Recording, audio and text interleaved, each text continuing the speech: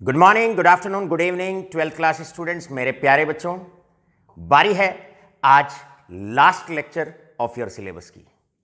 बारी है बायोमोलिक्यूल्स में लास्ट बायोमोलिक्यूल्स की। तो चलिए लेके मां सरस्वती का नाम और करते हैं शुरू अंतिम लेक्चर में आज का अपना काम, आपके सिलेबस का। या राइट प्यारे बच्चों, बायोमोलिक्यूल्स चैप्टर आपका चल रहा है और हमने कोशिश की कि पढ़ाई की चिंता को बहुत बहुत दूर करने के लिए अमित चौहान सर और उनके दो कोहिनूर ने आपका बखूबा पूरे इस आपातकाल के अंदर, पूरे इस कोविड काल के अंदर बखूबा साथ निभाया होगा। आशा करता हूं आप लोगों ने लेक्चर्स एंजॉय किए हैं और आप लोगों को हमने कोशिश की बड़े सरल तरीके से केमिस्ट्री अपने प्यारे बच्चों तक पहुंचाने की। चलिए, ढेर सारी बातें आप लोगों से लेक्चर के बाद करनी है, तो अब पहले शुरुआत करते हैं अपने काम की। काम है हमारा, आज हम आपको पढ़ाने वाले हैं न्यूक्लिक एसिड्स। देखिए, नाम से ही क्लियर है, वो compounds which are present in the cell nuclei. आप सीधी सी डेफिनेशन दे सकते हैं, कंपाउंड्स जो सेल न्यूक्लियाई के अंदर प्रेजेंट होते हैं उन्हें न्यूक्लिक एसिड्स के नाम से पहचाना जाता है। या फिर अगर आप इसकी केमिस्ट्री की डेफिनेशन देना चाहते हैं और सटीक डेफिनेशन देना चाहते हैं तो अभी आप सिर्फ एक लाइन लर्न कर सकते हैं, और लाइन है दे आर पोली न्यूक्लियोटाइड्स, मतलब पॉलीमर्स ऑफ न्यूक्लियोटाइड्स। ऐसे पॉलीमर, ऐसे बड़े मॉलिक्यूलर मास वाले कंपाउंड्स जहां पर मोनोमर एक न्यूक्लियोटाइड होता है, यानी कि दे आर पोली न्यूक्लियोटाइड्स। आपकी इच्छा है आप दोनों डेफिनेशन भी लिख सकते हैं, आपकी इच्छा है आप सिंगल डेफिनेशन भी लिख सकते हैं। आज आपको हम जो पार्ट पढ़ाने वाले हैं, ये पार्ट आप 9-10 से पढ़ते आते हैं। इसमें बहुत मुश्किल क्वेश्चन नहीं बनते, स्ट्रेट फॉरवर्ड क्वेश्चन बनते हैं, छोटे छोटे से लर्निंग फैक्ट्स हैं, उनको आप लर्न कर लीजिए और इस टॉपिक में आराम से आप 2 नंबर उठा सकते हैं। चलिए प्यारे बच्चों, शुरू करते हैं nucleic acids, compounds that are present in the cell nuclei. सबसे पहले जानने की कोशिश करेंगे हमारे पास जो न्यूक्लिक एसिड्स होते हैं इनके बेसिक कंपोनेंट्स क्या होते हैं जिनके ये मिलके बने होते हैं। बेसिक कंपोनेंट्स का मतलब जिनके ये मिलके बने होते हैं। बेसिक कंपोनेंट्स या फंडामेंटल कंपोनेंट्स इसके 3 होते हैं। सबसे पहला sugar, second is nitrogenous base, और तीसरा होता है फास्फोरिक एसिड। तो बेसिक कंपोनेंट्स के रूप में 3 बेसिक कंपोनेंट्स किसी भी न्यूक्लिक एसिड के अंदर होते हैं। क्लियर है? सबसे पहला शुगर, इनके अंदर शुगर मायोटी प्रेजेंट होती है। शुगर यहां पर जो प्रेजेंट होती है न्यूक्लिक एसिड्स के अंदर, ये एक पेंटोस शुगर प्रेजेंट होती है, मतलब जिसके अंदर 5 कार्बन होते हैं। क्लियर? अब ये जो शुगर है ये आपकी न्यूक्लिक एसिड के अंदर 2 तरह की हो सकती है। सबसे पहले राइबोस शुगर प्रेजेंट हो सकती है, या फिर आपके पास डीऑक्सीराइबोस शुगर प्रेजेंट हो सकती है। डीऑक्सीराइबोस। क्लियर है? आपको दोनों शुगर में से, चाहे वो राइबोस है चाहे वो डीऑक्सीराइबोस है, दोनों का स्ट्रक्चर आपको अच्छे से लर्न होना चाहिए और दोनों में बेसिक डिफरेंस आपको पता होना चाहिए। क्लियर है? बेसिक जो डिफरेंस आता है वो सेकेंड पोजीशन पर आता है। यहां पर आप देखेंगे डीऑक्सीराइबोस में और राइबोस में ये सेकेंड पोजीशन है। ये कार्बन नंबर 1 है, ये कार्बन नंबर 2 है, ये कार्बन नंबर 1 है, ये कार्बन नंबर 2 है। दोनों शुगर के अंदर राइबोस में और डीऑक्सीराइबोस में सिर्फ जो डिफरेंस होता है वो ऑक्सीजन का डिफरेंस होता है। यहां पर ऑक्सीजन होता नहीं है, इसीलिए इसको बोला जाता है डीऑक्सी। यहां पर ऑक्सीजन प्रेजेंट होता है, ये नॉर्मल राइबोस शुगर होती है। याद रखिएगा, किसी भी न्यूक्लिक एसिड के अंदर दोनों शुगर में से कोई भी एक शुगर प्रेजेंट होती है। किसी भी न्यूक्लिक एसिड के अंदर चाहे तो राइबोस शुगर प्रेजेंट होगी, चाहे डीऑक्सीराइबोस शुगर प्रेजेंट होगी। तो शुगर आपकी 2 तरह की, ribose, deoxyribose. I think you all might have got the difference. दोनों में बेसिक डिफरेंस सेकेंड पोजीशन पे होता है और ऑक्सीजन में डिफरेंस होता है। इसके बाद बारी है नाइट्रोजिनस बेसिस। हर एक न्यूक्लिक एसिड के अंदर, क्लियर है, more than 1 nitrogenous base present होता है। अब हमारे पास मुख्य तौर पर जो नाइट्रोजिनस बेस हैं वो 2 प्रकार के हैं। एक को प्यूरिन सेट ऑफ बेसिस कहा जाता है, एक को पायरिमिडिन सेट ऑफ बेसिस कहा जाता है। दो पार्ट में नाइट्रोजिनस बेसिस डिवाइडेड हैं। One is known as purine set of bases, another one is known as pyrimidine set of bases. ये जो क्लासिफिकेशन है ये इनकी स्ट्रक्चरल सिमिलैरिटी के बिहाफ पर क्लासिफिकेशन है। जिनके अंदर दो साइक्लिक रिंग होती हैं, दो हेटेरोसाइक्लिक रिंग आपस में फ्यूज्ड होती हैं, वो प्यूरिन्स के अंदर रखे जाते हैं। और जिनके अंदर सिंगल हेटेरोसाइक्लिक रिंग प्रेजेंट होती है वो पिरिमिडीन सेट ऑफ बेसिस के अंदर रखे जाते हैं। क्लियर है? कौन कौन से बेसिस होते हैं प्यूरिन्स के अंदर? प्यूरिन्स के अंदर आपका बेस होता है एडेनिन और ग्वेनिन। पूरा नाम लर्न कर सको बहुत अच्छे, नहीं तो सिंगल लेटर से भी आप लर्न कर सकते हैं।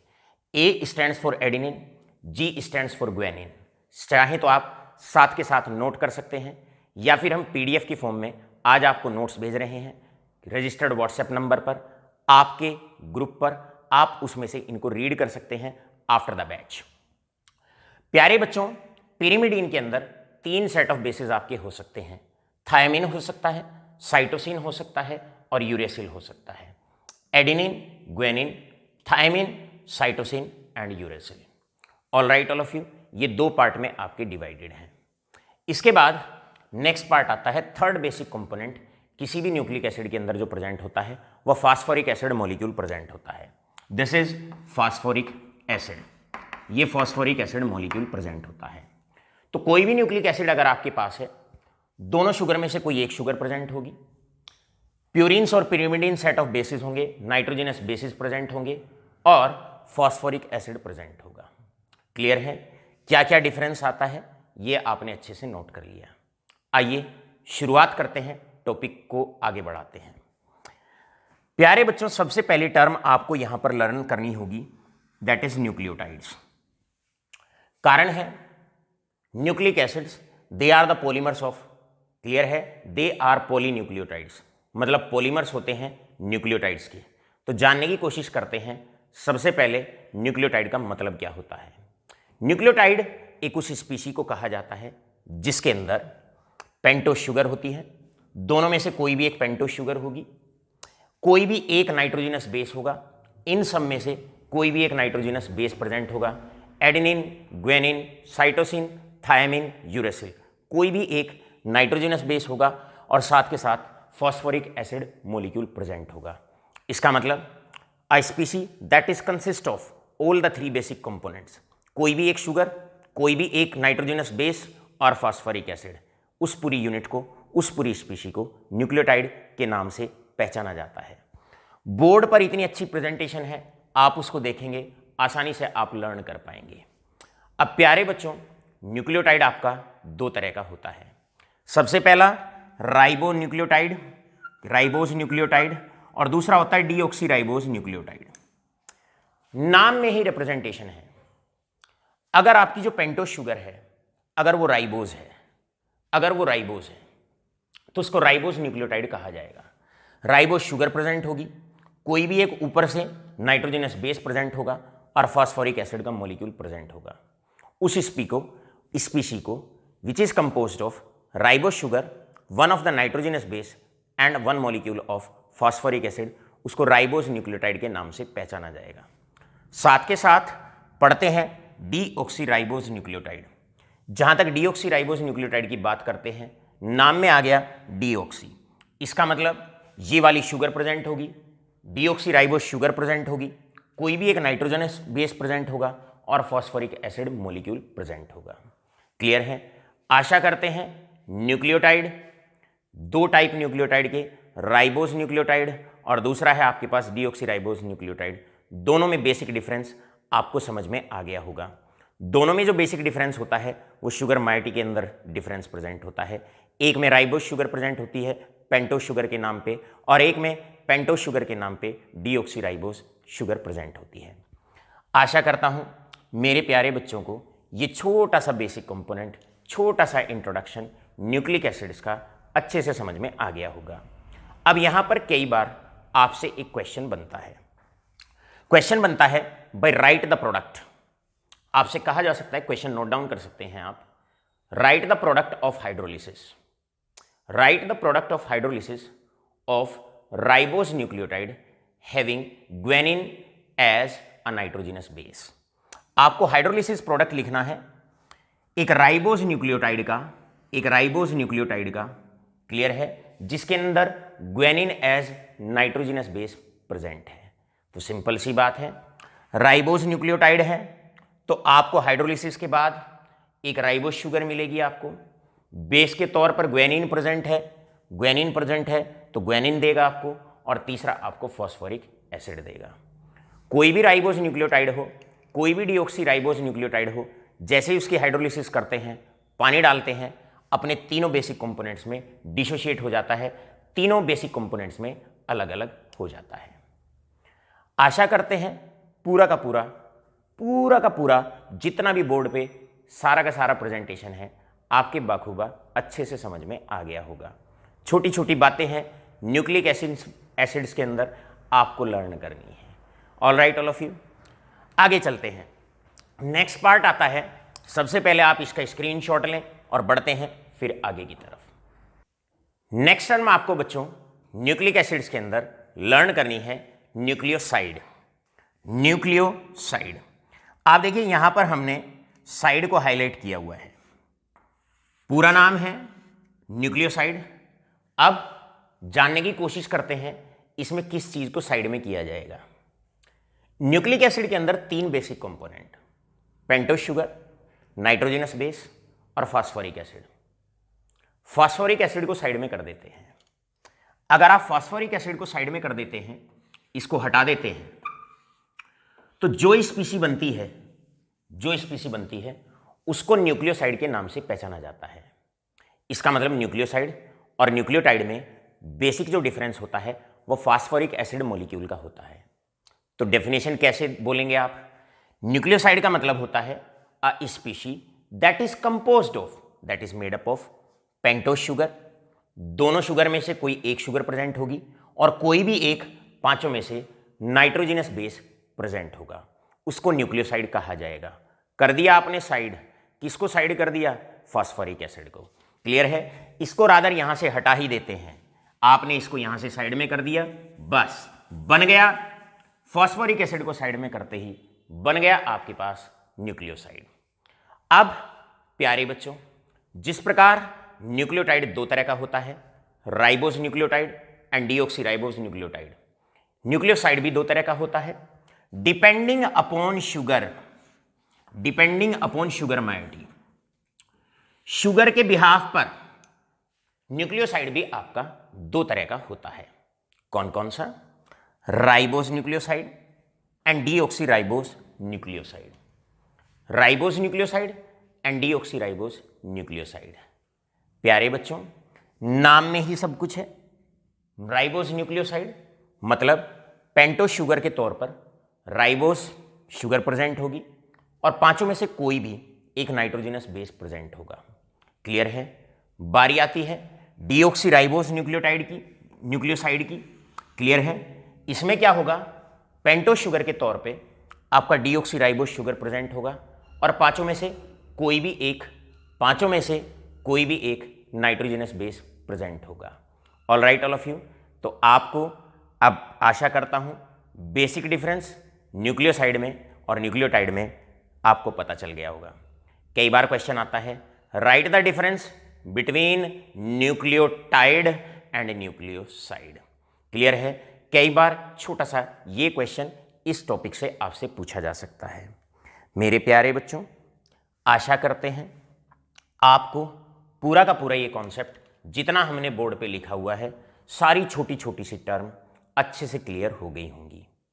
अब न्यूक्लियोटाइड आप पढ़ चुके हैं, न्यूक्लियोसाइड आप पढ़ चुके हैं, बारी आती है अब न्यूक्लिक एसिड्स की तरफ चलने की। तो फटाफट से इसका भी स्क्रीनशॉट लीजिए, फेयर नोट्स बनाइए, हमारे नोट्स को आप पढ़िए। क्लियर है? और बस न्यूक्लिक एसिड भी हमेशा की तरह हर टॉपिक की तरह होगा बहुत आसान। लीजिएगा स्क्रीनशॉट। बारी आती है थर्ड टर्म, इंपॉर्टेंट टर्म और टॉपिक का नाम न्यूक्लिक एसिड्स। अब जरा ध्यान से डिफरेंस जानने की कोशिश करिए न्यूक्लियोटाइड में, न्यूक्लियोसाइड में, और अब बारी है न्यूक्लिक एसिड्स। प्यारे बच्चों, न्यूक्लिक एसिड ऐसी स्पीशी को कहा जाता है, ऐसे कंपाउंड को कहा जाता है which is made up of pentose sugar more than one nitrogenous base. ध्यान से, हमने यहां कहा मोर than one nitrogenous base, clear है, प्लस फास्फोरिक एसिड। पीए का मतलब फास्फोरिक एसिड। तो ऐसी स्पीसीज जिसके अंदर तीनों बेसिक कंपोनेंट्स होते हैं, पेंटोस शुगर भी होती है, मोर देन वन नाइट्रोजिनस बेस होता है और फास्फोरिक एसिड होता है, उसको न्यूक्लिक एसिड के नाम से पहचाना जाता है। क्लियर है? या आप कह सकते हैं they are polymer of nucleotides, they are the polymer of nucleotides. अब न्यूक्लिक एसिड भी आपके दो तरह के होते हैं। पहला राइबोज न्यूक्लिक एसिड जिसको आरएनए कहा जाता है, दूसरा आता है डीऑक्सी राइबोज न्यूक्लिक एसिड जिसको डीएनए कहा जाता है। यानी कि न्यूक्लिक acid they are divided into two parts या they are classified into two parts. नाम में ही सब कुछ रखा है। कई बार कहते हैं ना, नाम में क्या रखा है, काम देखो यारो। मैं कहता हूं यहां तो नाम में ही सब कुछ रखा है। यह है आपके पास राइबोन्यूक्लिक एसिड। राइबोन्यूक्लिक एसिड का मतलब होता है जिसके अंदर पेंटोस शुगर राइबोज प्रेजेंट होती है। Species composed of ribose sugar मायोटी and more than एक से ज्यादा nitrogenous base and phosphoric acid, उसको राइबोज न्यूक्लिक एसिड के नाम से, आरएनए के नाम से पहचाना जाता है। इसी प्रकार आपसे पूछा जा सकता है डीएनए में बताइए, तो डीएनए में पेंटोस शुगर के तौर पर प्रेजेंट होता है डीऑक्सी राइबोज शुगर। क्लियर है? यहां पर राइबोज शुगर प्रेजेंट होती है आरएनए में और यहां पर डीऑक्सी राइबोज शुगर प्रेजेंट होती है। साथ के साथ more than one nitrogenous base, इन बेस में से एक से अधिक नाइट्रोजिनस बेस प्रेजेंट होंगे और फॉस्फोरिक एसिड पीए फॉस्फोरिक एसिड मॉलिक्यूल भी प्रेजेंट होगा। आशा करता हूं पहला बेसिक सा डिफरेंस डीएनए और आरएनए में आपको ठीक से समझ में आ गया होगा। प्यारे बच्चों, स्क्रीनशॉट लेते रहिए। क्लियर है? साथ के साथ याद रखिए, अब आने वाला है इस टॉपिक का सबसे इंपॉर्टेंट क्वेश्चन, जनरली जो बोर्ड एग्जामिनेशन का बहुत बार हिस्सा रहा करता है, बहुत बार क्लासिकल क्वेश्चन रहा करता है। लीजिए स्क्रीनशॉट। प्यारे बच्चों, क्लासिकल सा क्वेश्चन होता है डीएनए और आरएनए में बेसिक डिफरेंसेस कितने होते हैं। मतलब आपको मोर देन 3 डिफरेंस आपको अच्छे से पता होने चाहिए। दोनों न्यूक्लिक एसिड में, डीऑक्सीराइबोज न्यूक्लिक एसिड डीएनए में और आरएनए में कम से कम आपको 3 डिफरेंस दोनों के अंदर पता होने चाहिए। बोर्ड में बहुत बार maximum time differences in between DNA and RNA, ज्यादातर क्वेश्चन यही पूछा जाता है। आइए ब्रीफली डिस्कस करते हैं क्या बेसिक डिफरेंसेस होते हैं डीएनए में और आरएनए में। एक बेसिक सा डिफरेंस हमने यहां पर आपको बता दिया है और बेसिक डिफरेंस होता है, सबसे पहला जो बेसिक डिफरेंस होता है वो शुगर मायोटी के अंदर डिफरेंस होता है। डीएनए के अंदर डीऑक्सीराइबोज शुगर प्रेजेंट होती है, जबकि आरएनए के अंदर राइबोज शुगर प्रेजेंट होती है। यह सबसे पहला डिफरेंस होता है। दूसरा, इनके अंदर स्ट्रक्चरल डिफरेंस होता है। स्ट्रक्चरल डिफरेंस, डीएनए के अंदर जो स्ट्रक्चर होता है वो डबल स्ट्रैंडेड स्ट्रक्चर होता है। दो पॉलीन्यूक्लियोटाइड एक दूसरे के कॉम्प्लीमेंट्री रन करती हैं, जिसको हम डिटेल में अभी थोड़ी देर बाद डिस्कस करने वाले हैं। जबकि आरएनए की अगर बात करते हैं तो RNA is made up of single strand. इसके अंदर एक ही पॉलीन्यूक्लियोटाइड चेन होती है, एक ही पॉलीन्यूक्लियोटाइड चेन होती है। तो ये डबल स्ट्रैंडेड स्ट्रक्चर होता है और आरएनए का सिंगल स्ट्रैंड स्ट्रक्चर होता है। आगे बात करते हैं, नाइट्रोजिनस बेस में भी एक जगह डिफरेंस आता है। Nitrogenous base adenine, guanine, cytosine, चाहे वो डीएनए है चाहे वो आरएनए है, 3 बेस तो तीनों में पाए जा सकते हैं। ये तो कॉमन होते हैं, डीएनए में भी पाए जा सकते हैं एडेनिन, ग्वानिन, साइटोसिन। क्लियर है? बेसिकली 4th बेस में डिफरेंस आता है। डीएनए के अंदर जो 4th बेस प्रेजेंट होता है वो आपका थायमिन होता है, जबकि आरएनए की अगर हम बात करते हैं तो आरएनए में थायमिन की जगह यूरेसिल होता है। तो नेक्स्ट बेसिक सा डिफरेंस, 3rd डिफरेंस आप अच्छे से जान जाए, अच्छे से लर्न कर लें कि यहां पर तो थायमिन होता है, डीएनए में आपका थायमिन होता है और आरएनए की अगर हम बात करते हैं तो आरएनए में बच्चों यूरेसिल होता है। चलते हैं 4th डिफरेंस की तरफ। ये फंक्शनल डिफरेंस आता है। नोट करिए, यहां पर हमने स्ट्रक्चरल डिफरेंस कहा और डीएनए और आरएनए में अब जो बेसिक सा फंक्शनल डिफरेंस आता है, दोनों की फंक्शनिंग में भी डिफरेंस होता है। डीएनए रेस्पॉन्सिबल होता है जेनेटिक इंफॉर्मेशन को ट्रांसफर करने के लिए from one generation to the another, या फिर हम कह सकते हैं हेरिडिटरी को जो ट्रांसफर करता है, जेनेटिक इंफॉर्मेशन को जो ट्रांसफर करता है, उसके लिए डीएनए रेस्पॉन्सिबल होता है। जबकि आरएनए का बेसिक सा जो फंक्शन होता है वो प्रोटीन को सिंथेसाइज करना होता है, इसका मेन फंक्शन होता है प्रोटीन सिंथेसिस में काम आता है। लास्ट डिफरेंस जो आपको पता होना चाहिए केमिस्ट्री पॉइंट ऑफ व्यू में, यहां पर एक बात याद रखिए, पॉइंट हम कह रहे हैं, जरा नोट लगा के लिखिए। जब जब केमिस्ट्री में आपसे पूछा जाता है कितने टाइप का डीएनए होता है, तो अपना बायोलॉजी वाला दिमाग साइड में ही रखिए और हम केमिस्ट्री में सिर्फ एक ही बात कहेंगे, DNA is of one type, केवल एक ही टाइप का होता है। बायोलॉजी वाले बच्चे मेरा ध्यान से सुने, जिनका बायोलॉजी 11th-12th में होता है, याद रखें यहाँ बायोलॉजी को अंदर लाने की जरूरत नहीं है। आप सिर्फ जब जब केमिस्ट्री में बात हो आप कहें DNA is of one type. जबकि अगर हम आरएनए की बात करते हैं तो आरएनए बच्चों आपका 3 तरह का होता है, इट इज ऑफ 3 टाइप्स। इनके क्लासिफिकेशन में भी डिफरेंस होता है।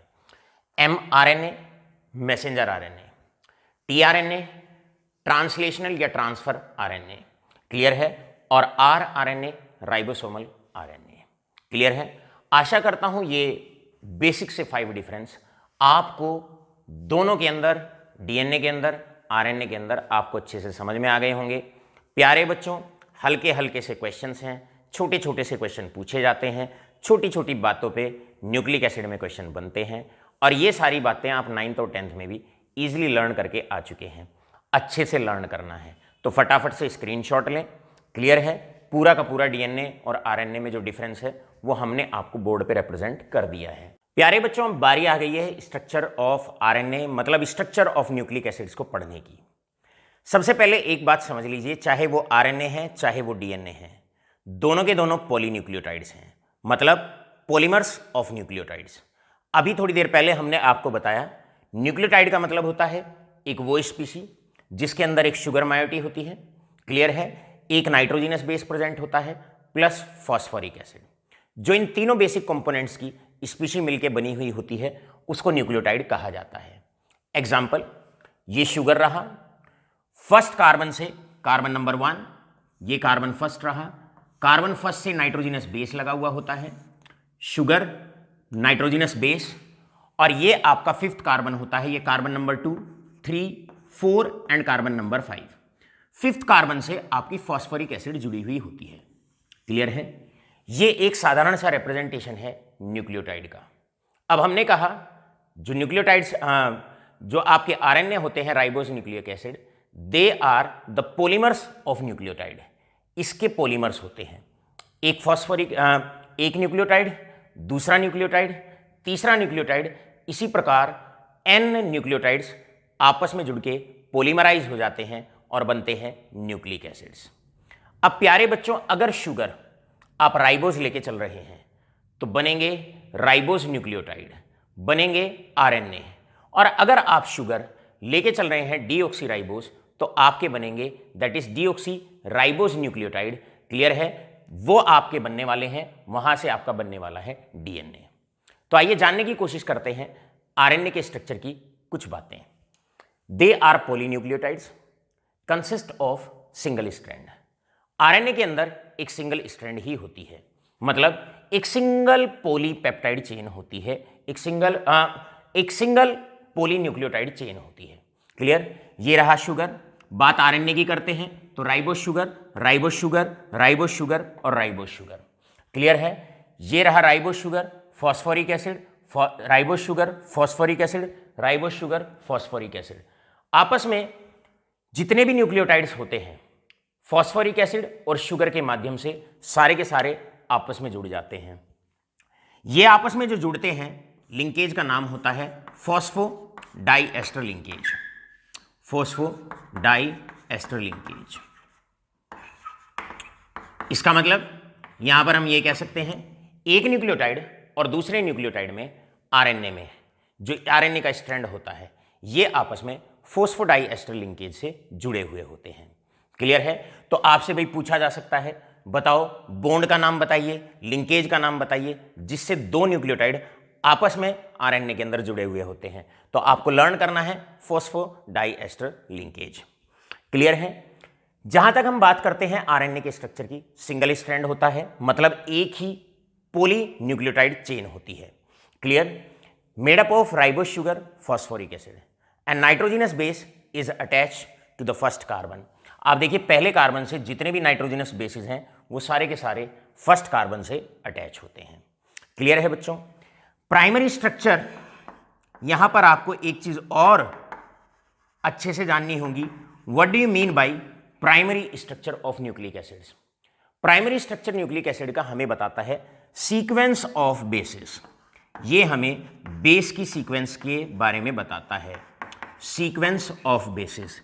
जैसे यहां पर सीक्वेंस ऑफ बेस हो जाएगा AgCu, यहां पर हो गया sequence of base AgCu।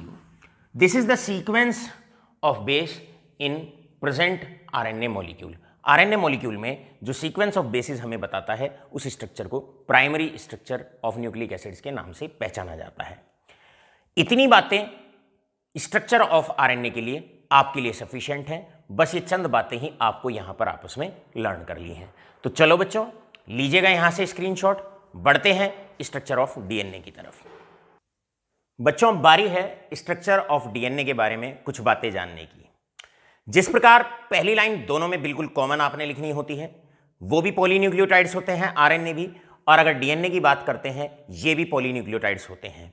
Basic difference जो डीएनए और आरएनए के स्ट्रक्चर में आता है वो डिफरेंस ये आता है कि आरएनए में केवल एक ही पॉलीन्यूक्लियोटाइड चेन होती है, मतलब सिंगल स्ट्रैंड स्ट्रक्चर होता है जिसमें एक ही पॉलीमेरिक चेन या पॉलीन्यूक्लियोटाइड चेन होती है। जबकि अगर हम बात करते हैं डीएनए की, तो डीएनए के अंदर ऐसी दो पॉलीपेप्टाइड चेन होती हैं, दो पॉलीमेरिक चेन होती हैं, दो पॉलीन्यूक्लियोटाइड चेन होती है। क्लियर है? एक पॉलीन्यूक्लियोटाइड चेन ये रही और दूसरी पॉलीन्यूक्लियोटाइड चेन ये रही। इसका मतलब डीएनए का जो स्ट्रक्चर होता है वो डबल स्ट्रैंड स्ट्रक्चर होता है।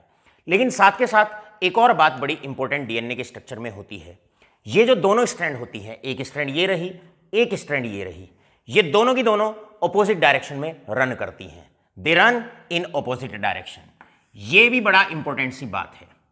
आइए जानने की कोशिश करते हैं कैसे दोनों स्ट्रैंड को बनाना है। याद रखिए ये पहली स्ट्रैंड है। अगर आप डीएनए की बात कर रहे हैं तो बेस यूरासिल की जगह थायमिन प्रेजेंट होता है, यहां पर आप थायमिन लगा दीजिए। ये बिल्कुल पहले वाला स्ट्रक्चर है। तो पहला आपने क्या काम किया, यूरासिल की जगह थायमिन आपने लगा दिया। ये एक स्ट्रैंड हुआ, एक पॉलीन्यूक्लियोटाइड चेन हुई। क्लियर है? अब जो दूसरी पॉलीन्यूक्लियोटाइड चेन होती है वो बिल्कुल इसके ऑपोजिट रन करती है। क्लियर है? वो बिल्कुल इसके ऑपोजिट होती है। तो इस पॉलीन्यूक्लियोटाइड चेन को बिल्कुल आप उल्टा कर दीजिए, बिल्कुल आप रिवर्स कर दीजिए। जब आप इस पॉलीन्यूक्लियोटाइड चेन को ऐसे रिवर्स करेंगे, बिल्कुल इसको उल्टा कर देंगे, पलट देंगे इसको, तो थायमिन ऊपर आ जाएगा, थायमिन ऊपर आ जाएगा, दूसरे नंबर पे साइटोसिन आ जाएगा, तीसरे नंबर पे ग्वानिन आ जाएगा और चौथे नंबर पे आपका एडेनिन आ जाएगा। अब डीएनए के स्ट्रक्चर में दो पॉलीन्यूक्लियोटाइड चेन होती हैं, डबल स्ट्रैंड होता है। क्लियर है? और दोनों पॉलीन्यूक्लियोटाइड चेन आपस में एक दूसरे के ऑपोजिट डायरेक्शन में रन करती हैं। अब यहां पर ये दो पॉलीन्यूक्लियोटाइड चेन जो होती हैं ये आपस में जो जुड़ती हैं वो हाइड्रोजन बॉन्ड से आपस में जुड़ी हुई होती हैं। अब हाइड्रोजन बॉन्ड जो ये आपस में बनाती हैं, ये बनाती हैं according to base pairing principle. According to base pairing principle. Base pairing principle ये कहता है according to base pairing principle. Clear है? यहां पर दो प्रिंसिपल फॉलो होते हैं, एक बेस पेयरिंग प्रिंसिपल और दूसरा चरगाफ्स रूल फॉलो होता है। बेस पेयरिंग प्रिंसिपल ये कहता है जो एडेनिन होता है ये दो हाइड्रोजन बॉन्ड बनाता है, it forms two hydrogen bond with thymine, that is two hydrogen bonds. दो हाइड्रोजन बॉन्ड ये थायमिन के साथ बनाता है। और अगर हम ग्वानिन की बात करते हैं तो ग्वानिन साइटोसिन के साथ तीन हाइड्रोजन बॉन्ड बनाता है। क्लियर है? तीन हाइड्रोजन बॉन्ड बनाता है। क्लियर है? एडेनिन थायमिन के साथ दो हाइड्रोजन बॉन्ड बनाता है according to base pairing principle, और ग्वानिन एक पॉलीन्यूक्लियोटाइड चेन में जैसे ही दूसरी पॉलीन्यूक्लियोटाइड चेन के सामने साइटोसिन आएगा वो उसके साथ तीन हाइड्रोजन बॉन्ड बनाता है। इसको कहा जाता है बेस पेयरिंग प्रिंसिपल। मतलब एक प्रिंसिपल के तहत ही, आपस में एक सिद्धांत के तहत ही आपस में हाइड्रोजन बॉन्ड बनाते हैं। साथ के साथ दूसरी एक और बात यहां पर लर्न करेंगे, और बात लर्न करेंगे आप चरगाफ्स रूल। चरगाफ्स रूल, चरगाफ्स रूल ये कहता है, चरगाफ्स रूल ये कहता है एक पॉलीन्यूक्लियोटाइड चेन का प्यूरीन बेस दूसरी पॉलीन्यूक्लियोटाइड के पिरिमिडीन बेस के साथ हाइड्रोजन बॉन्ड बनाएगा।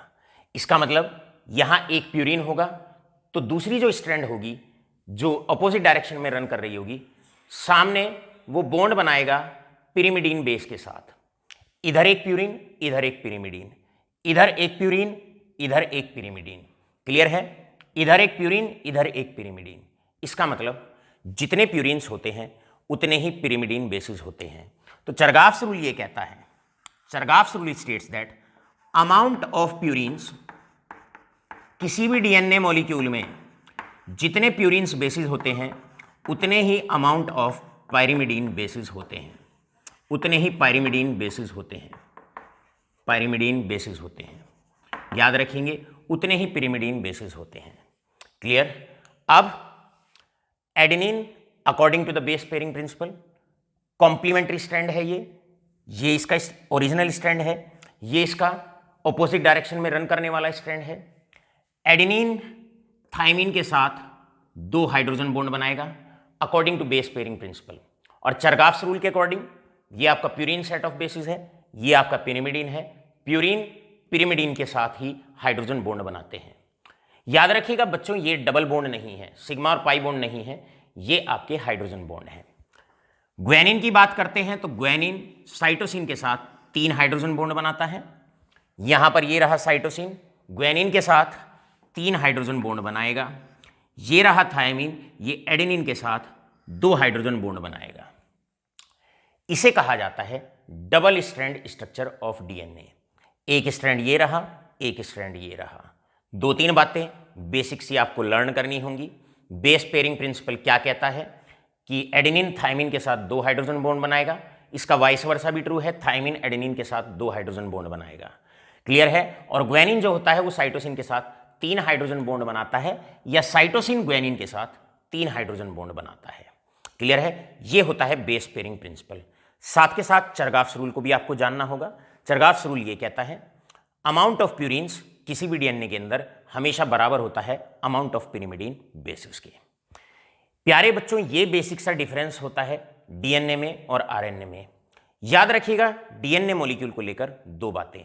यहां पर जो शुगर आप लेने वाले हैं वो डीऑक्सीराइबोस शुगर लेने वाले हैं। साथ के साथ दूसरा पॉइंट आप लर्न करेंगे, अगर डीएनए के स्ट्रक्चर का कोई छोटा सा पार्ट अगर बनाना पड़ता भी है, हालांकि एग्जामिनेशन में स्ट्रक्चर जनरली पूछा नहीं जाता है केमिस्ट्री पॉइंट ऑफ व्यू से, लेकिन अगर बनाना भी पड़ता है तो दूसरी बेसिक सी बात आप यहां पर ये याद रखेंगे कि जब आप डीएनए में बेसिस को जब आप प्लॉट करेंगे तो यहां पर आप थायमिन लेंगे, ये थायमिन आपने लेना होता है इंस्टेड ऑफ यूरेसिल। यूरेसिल की बजाय आपको थायमिन यहां पर दिखाना होगा। अब मेरे प्यारे बच्चों, नेक्स्ट 2 डेफिनेशन डीएनए को लेकर आपसे पूछी जा सकती हैं। और क्या वो डेफिनेशंस आपसे पूछी जा सकती हैं? आपसे पूछा जा सकता है what do you mean by melting of DNA. What do you mean by melting of DNA.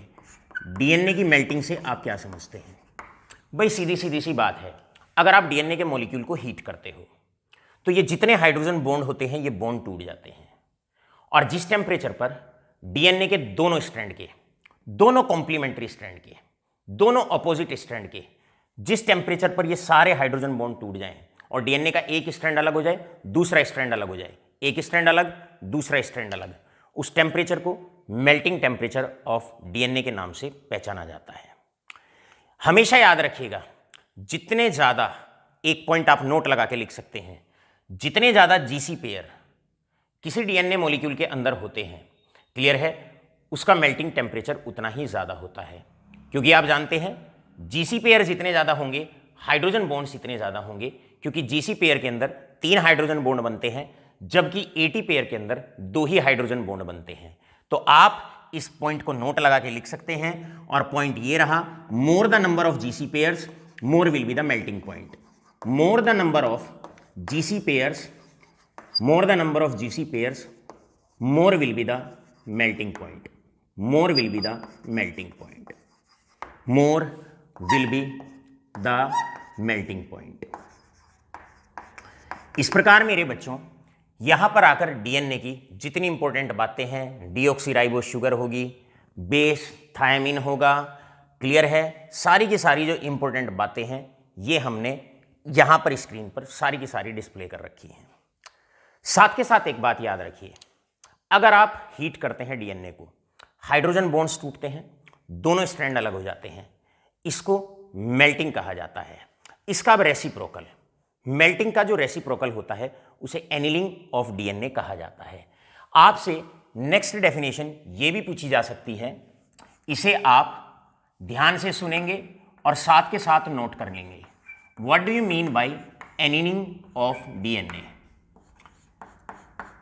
Annealing of DNA का प्यारे बच्चों मतलब होता है, अगर आप टेम्परेचर कम कर देते हैं और डीएनए को वापस से वही कंडीशन दे देते हैं जहां पर उसके हाइड्रोजन बॉन्ड स्टेबल थे, तो दोनों स्ट्रैंड आपस में नजदीक आते हैं और according to base pairing principle और चरगाव्स रूल के अकॉर्डिंग बेस आपस में दोबारा से हाइड्रोजन बॉन्ड बना लेते हैं।